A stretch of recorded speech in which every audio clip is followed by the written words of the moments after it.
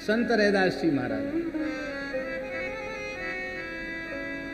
एक अक्षर पढ़े लिखे नहीं, विद्यालय गए नहीं।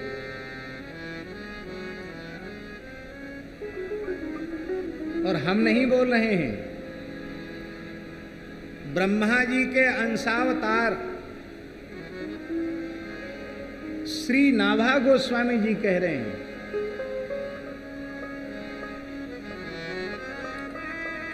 संदेह ग्रंथि खंडन निपुण पाणी बिमल रे दास की। संदेह ग्रंथि खंडन निपुण पाणी बिमल रे दास की। संदेह ग्रंथि खंडन निपुण पाणी बिमल रे दास की। संदेह ग्रंथि खंडन निपुण पाणी बिमल रे दास की। संदेह ग्रंथि खंडन निपुण वाणी बिमल रे दास। संदेह ग्रंथि खंडन निपुण वाणी बिमल रे दास। सदाचार श्रुति शास्त्र वचन अविरुद्ध उचार्यो। सदाचार श्रुति शास्त्र वचन अविरुद्ध उचार्यो। नीर क्षीर विवरणे परमहंस ने मुरदारो। नीर क्षीर विवरणे परमहंस ने मुरदारो। भगवत कृपा प्रसाद परम गति यही तन पाई। भगवत कृपा प्रसाद परम गति यही तन पाई। राज सिंहासन बैठी ज्ञाति पर जीत दिखाई। राज सिंहासन बैठी ज्ञाति पर जीत दिखाई। आहा वर्णाश्रम अभिमान तज पद रज बंदई जासु की। वर्णाश्रम अभिमान तज पद रज बंदई जासु की। संदेह ग्रंथि खंडन निपुण वाणी बिमल रे दास। संदेह ग्रंथि खंडन निपुण वाणी बिमल रे दास। वाणी बिमल रे दास की। हाँ वाणी बिमल रे दास की। पढ़े लिखे लोगों की वाणी, सीता शरण जी, पढ़े लिखे लोगों की वाणी संदेह ग्रंथि का खंडन नहीं कर सकी। अपनी ही संदेह ग्रंथि नहीं छूटी तो दूसरे की क्या छूटेगी। और बिना पढ़े लिखे संत रैदास जी की वाणी ने संदेह की गांठ को खोल दिया।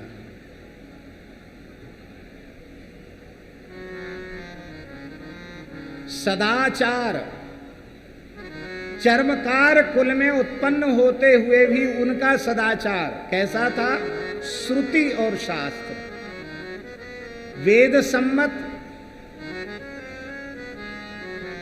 और शास्त्र सम्मत उनका जीवन। एक भी वाक्य अपनी वाणी में ऐसा नहीं कहा जो वेदादि शास्त्रों से विरोध रखता हो। नीर क्षीर का विवेक, ये नीर है और ये क्षीर है। संत हंस गुण गहई पय परिहरि बारी विकार।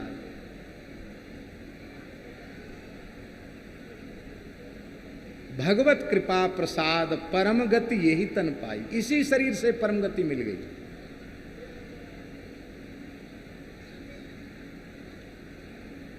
जब झाली रानी ने उनको बुलाया, सौभाग्य जी को ज्यादा पता होगा झाली रानी के बारे में। चित्तौड़ की महारानी झाली रानी, उन्होंने जब संत रैदास जी को गुरु रूप में वर्ण किया था, जब उन्होंने बुलाया रैदास जी महाराज को, तो वहां बड़ा विरोध हुआ उस समय में।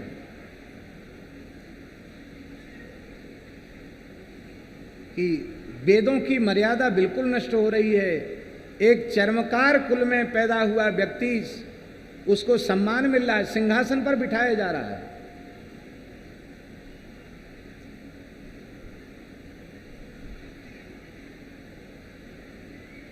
नाभाजी कहते राज सिंहासन बैठ ज्ञाति परतीति दिखाई। रैदास जी ने कहा, ब्राह्मणों आप सब भगवान की विभूति हो, हम आपको प्रणाम करते हैं, पर हमारी प्रार्थना सुन लें। मैं इस शरीर के पहले 7 जन्मों से ब्राह्मण कुल में, 7 जन्म हो गए मुझे ब्राह्मण कुल में जन्म लेते हुए। कितने जन्म हो गए? और 7 जन्मों से शास्त्रों को पढ़ रहा हूं, वैदिक सदाचार का पालन कर रहा हूं और निरंतर भजन कर रहा हूं, भजन भी कर रहा हूं, पर 7 जन्म हो गए, अब तक संसार का चक्र नहीं छूटा। भगवान की जो विशुद्ध भक्ति हमें मिलनी चाहिए थी वो नहीं मिली। 7 बार ब्राह्मण कुल में जन्म लेने के बाद भी क्यों नहीं मिली? केवल अपने जाति का अहंकार, अपने कुल का अहंकार, अपनी विद्या का अहंकार, अपनी प्रतिष्ठा के अहंकार के कारण न तो मुझे विशुद्ध ज्ञान मिला, न मुझे विशुद्ध रसरूपा प्रेम लक्षणा भक्ति मिली, इसलिए भटकता रहा। पर भगवान ने अब इस कुल में जन्म दिया है, अब अहंकार करने वाली कोई चीज ही नहीं है। आज मैं कह सकता हूं आप लोगों के बीच में कि मुझे मरने के बाद मुक्त होने की जरूरत नहीं है, मैं जीते जी मुक्त हूं।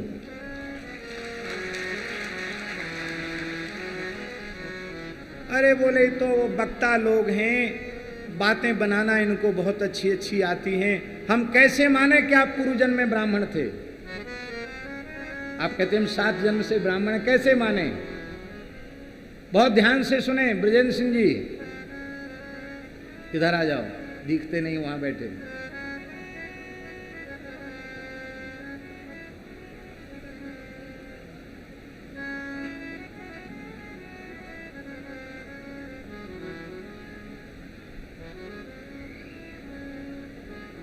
श्री रैदास जी ने अपनी त्वचा को चीर दिया, चमड़ी को चीर दिया, तो दिव्य तेजोमय स्वर्णमय यज्ञोपवीत का दर्शन कराया और सब ब्राह्मण नतमस्तक हो गए। राज सिंहासन बैठ ज्ञाति परतीत दिखाई। रैदास जी की भक्ति कैसी थी? हा, क्या कहना महाराज। रैदास जी में इतनी दीनता थी, इतनी दीनता थी कि कोई सामने आकर उनको प्रणाम करे उसके पहले वो प्रणाम कर लेते थे। कोई भी प्राणी, भारी दीनता। अब प्रत्यक्ष उनके प्रति लोगों की श्रद्धा है कि मैं रैदास जी को प्रणाम करूं, उनकी चरण रज लूं, पर यह संभव नहीं था। तब क्या होता? जब रैदास जी गंगा स्नान के लिए ब्रह्मवेला में जाते और भगवन नाम संकीर्तन करते हुए चलते, उनके नेत्रों से अविरल अश्रुधारा प्रवाहित होती, तो जिस मार्ग से चलकर के रैदास जी जाते थे, उस मार्ग की धूल को, अपने वर्ण और अपने आश्रम के अहंकार को त्याग कर बड़े बड़े ब्राह्मण, बड़े बड़े क्षत्रिय वैश्य, बड़े बड़े यति चक्र चूड़ामणि भी, बड़े बड़े यति चतुर्थाश्रमी जिस मार्ग से रैदास जी चल के जाते, उस धूल को अपने मस्तक पर धारण करते। वर्णाश्रम अभिमान तज, वर्ण का अभिमान, आश्रम का अभिमान भी होता, हम विरक्त हैं, हम साधु हैं, हम सन्यासी हैं, हम मठाधीश हैं, हम इतने बड़े पीठ के महंत हैं, ये सब कोने में धर देते थे। अब रैदास जी की भक्ति को देखते, पद रज बंदहि जासुकी, चरणों में दंडोत करने का सौभाग्य कहाँ है, इसलिए पद रज, चरण रज को प्रणाम करते हैं। संदेह ग्रंथि खंडन निपुण, वाणी विमल रैदास। भक्त का जितना अधिक विरोध होता है, उसी के बीच में उसकी महिमा स्थापित होती है। रैदास जी यदि अयोध्या में जन्मे होते, ब्रज में जन्मे होते, तो उनकी महिमा नहीं बढ़ती। वो बनारस में जन्मे इसलिए उनकी महिमा बढ़ गई ज्यादा। क्यों? बनारस में प्रबल विरोध हुआ उनका, जितना विरोध हुआ उतनी महिमा बढ़ गई। रामचरितमानस पूरे भूमंडल में व्याप्त हो गया, उसका मूल कारण है कि तुलसीदास जी काशी में रहे। काशी के विद्वान जब उसे स्वीकार कर लिए, तब सब जगह उसकी स्वीकृति हो। जहां जिस वस्तु का जितना विरोध होता है, उसका महात्म्य वहीं उतना अधिक बढ़ जाता है। ये एक नियम है।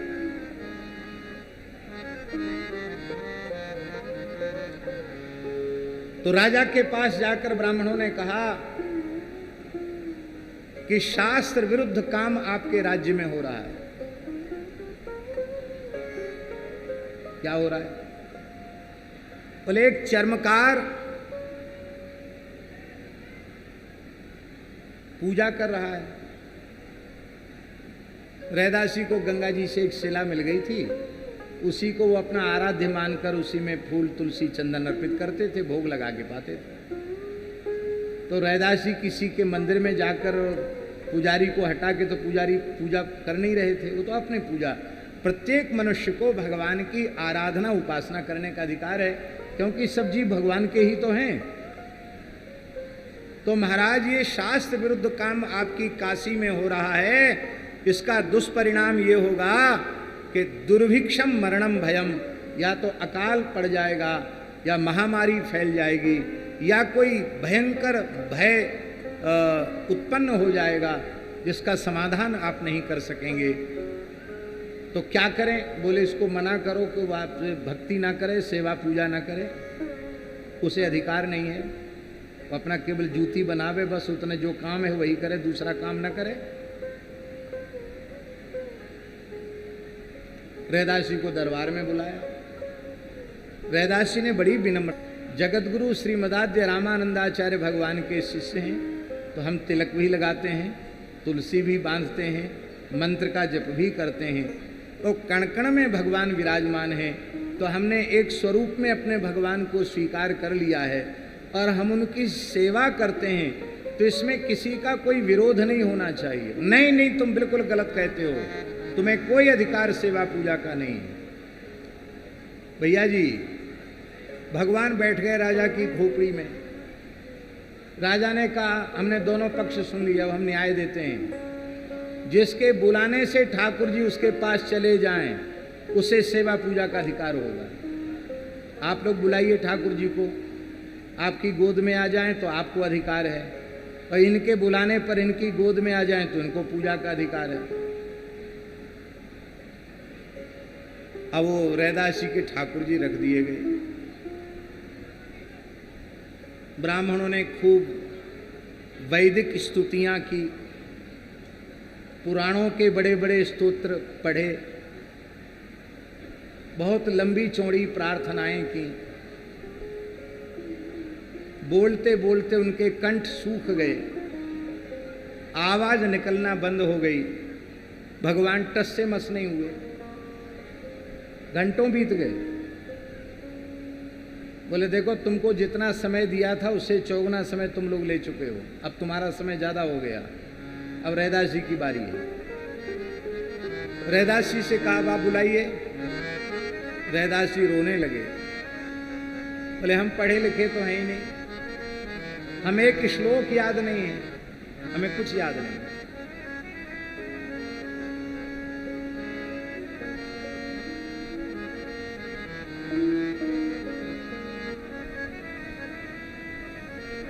बड़े प्यारे प्यारे पद हैं। रैदास जी ने कहा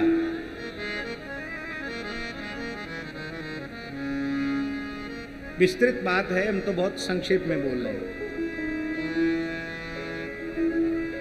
पतित पावन नाम आज साच कीजिए,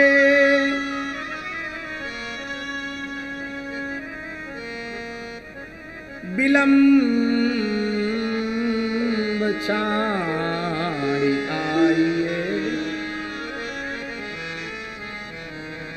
कि तो बुलाए लीजिए। हे नाथ, आज आपको मौका है, आप अपने हाथ से मौका मत जाने दीजिए। पतित पावन नाम आज साच कीजिए। आप अपने पतित पावन नाम को सत्य कर दीजिए। वैकुंठ में ये नाम सत्य नहीं होगा, वैकुंठ में कोई पतित नहीं है, आप पतित पावन नहीं बन पाएंगे। साकेत में कोई पतित नहीं है, आप पतित पावन नहीं बन पाएंगे। गोलोक में भी कोई पतित नहीं है, आप पतित पावन नहीं बन पाएंगे। पतित पावन आपका नाम सफल तब होगा जब रैदास जैसे पतित को अपनी छाती से लगा ले।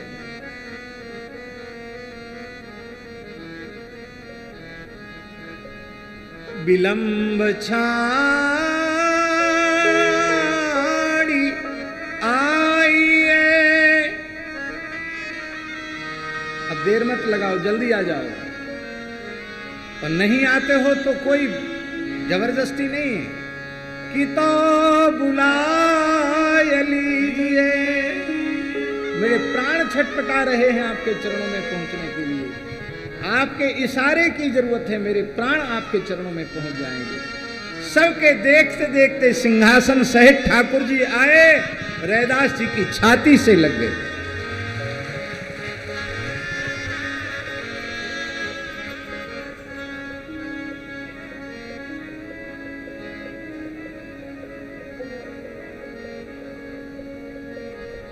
रैदास जी की वाणी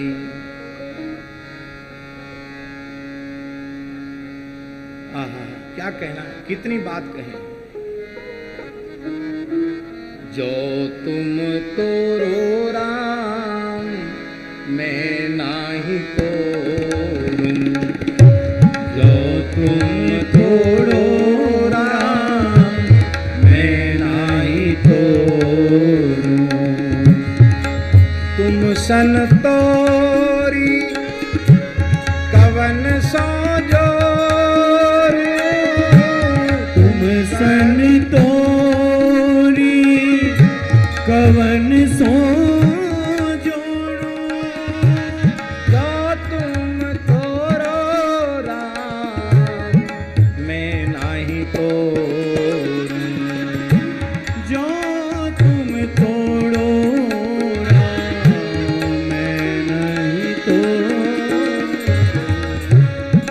तीरथ बरत ना करूं अंदेशा। तीरथ बरत ना करूं अंदेशा। तुम केवल चरण कमल को भरोसा। केवल चरण कमल को भरोसा। जो तुम तोरो राम, मैं नाही तोरूं।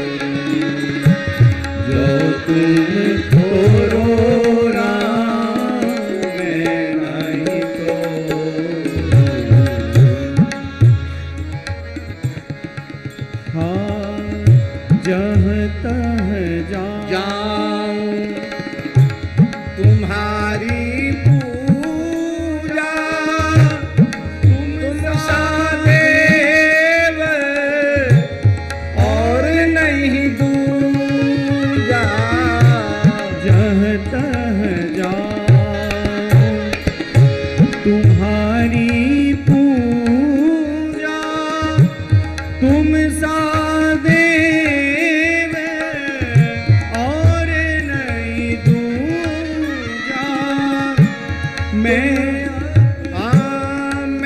अपनो मन हरि सो जोड़ो मैं अपनो मन हरि सो जोड़ो हरि सो जोड़ी सवनि सो तो हरि सो जोड़ी सवनि सो तोड़ो जो तुम तोड़ो राम मैं नाही तोड़ो जो तुम तोड़ो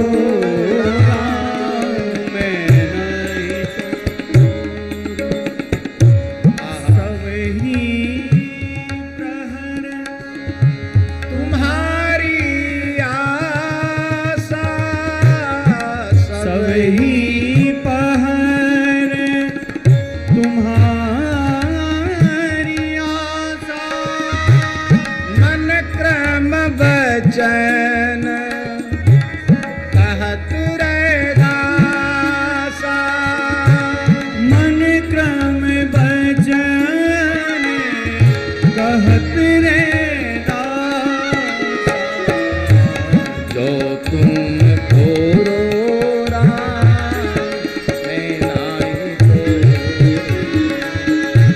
जो तुम तोड़ो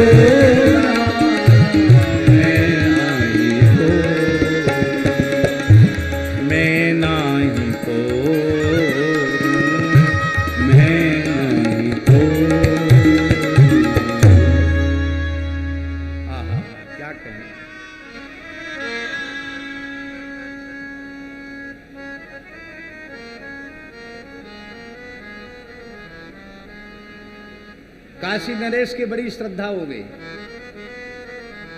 एक बार प्रणाम करने आए काशी नरेश।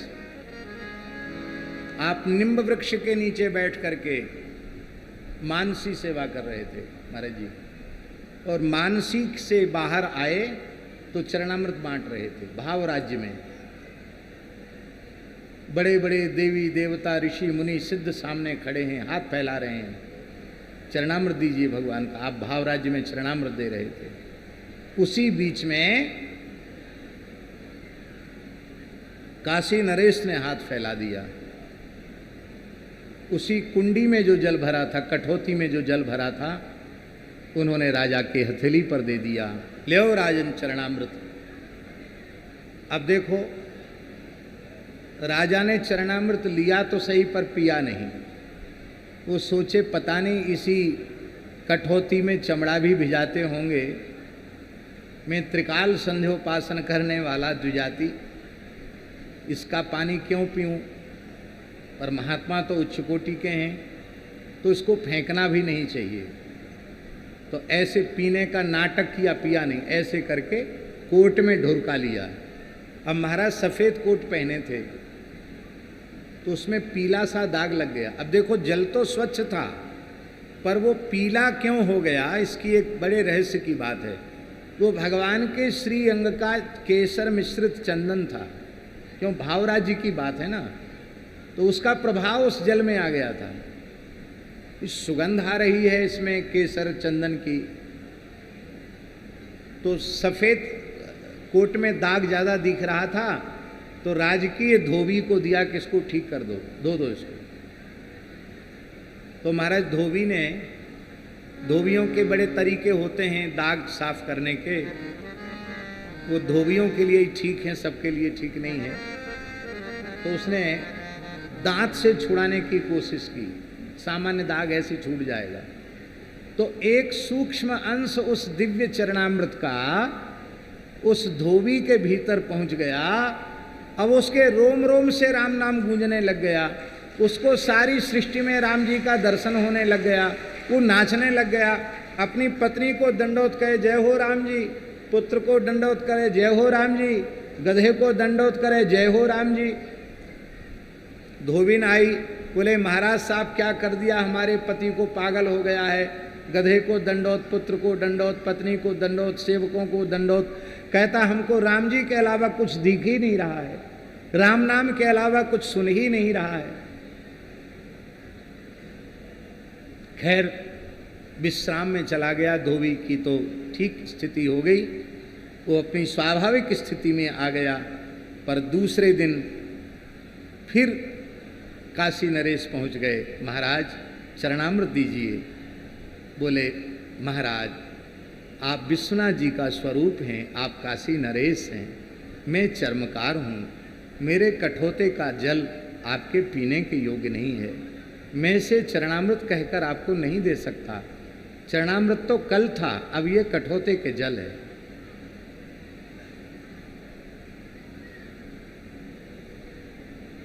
राजा सोचे हम पी लिए होते तो हमारा काम बन गया होता।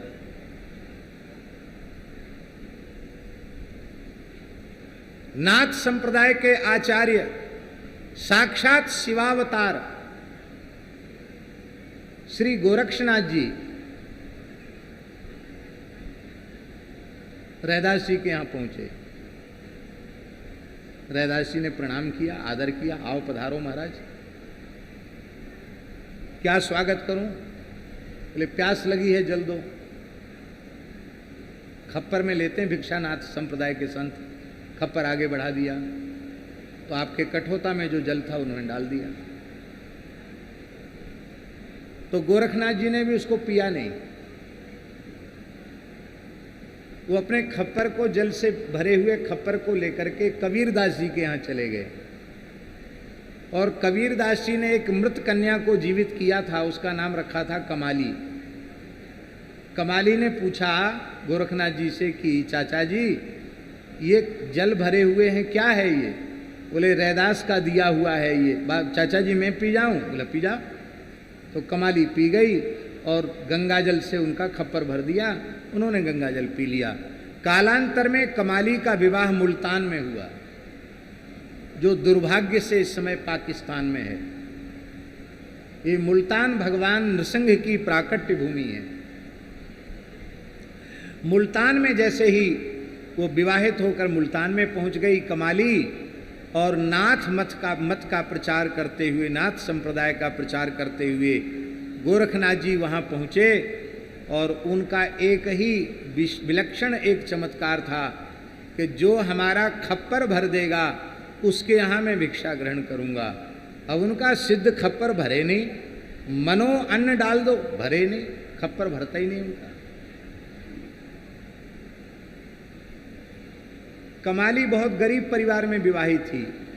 अपने पति से कहा कि गोरखनाथ जी तो हमारे पिताजी के मित्र हैं, हम उनको चाचा जी कहते हैं, उनको न्योते के लिए बुलाओ। बेचारे कई दिन से कुछ खा पी नहीं रहे हैं, कोई उनका खप्पर नहीं भर पा रहा है।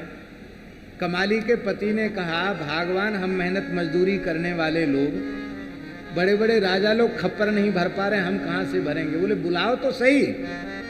और आदर पूर्वक जैसे ही गोरखनाथ जी को बुलाया गया, कमाली अपने ठाकुर जी को भोग लगा करके चावल महाप्रसाद भात लेके आई, और एक चम्मच से भात जैसे ही खप्पर में डाला, पूरा खप्पर भर गया, बाहर गिरने लग गया चावल। तो एक छोटी सी चम्मच से मेरे इस सिद्ध खप्पर को भर देने वाली कौन है? कहा तू कौन है? मेरी सिद्धि को समाप्त कर दिया, कौन है तू? कहा आप भूल गए, मैं कबीर साहब की मानस पुत्री कमाली हूं। तो कमाली तुझमें ये कमाल कहां से आया? बोले ये मेरा कमाल नहीं है, आप रैदास जी के यहां से जल लेके आए थे, जब से मैंने उसे पिया है तब से सारी सिद्धियां मुझे प्राप्त हो चुकी हैं, मुझे सब कुछ मिल चुका है। गोरखनाथ जी ने भिक्षा ग्रहण की, वहां से योग बल से अंतर्धान होकर तत्काल काशी पहुंचे और फिर रैदास जी के सामने खप्पर कर दिया। भिक्षा वहां ली है, पानी यहां पिएंगे, लाओ जल पिलाओ। तब रैदास जी ने कहा, क्या कहा? जब प्याते थे तब पिया नहीं, जब प्याते थे तब पिया नहीं, जिन पिया पिया को जान लिया। क्या बढ़िया बात। जब प्याते थे तब पिया नहीं, जिन पिया पिया को जान लिया। भूला जोगी फिरे दीवाना, वह पानी मुल्तान गया।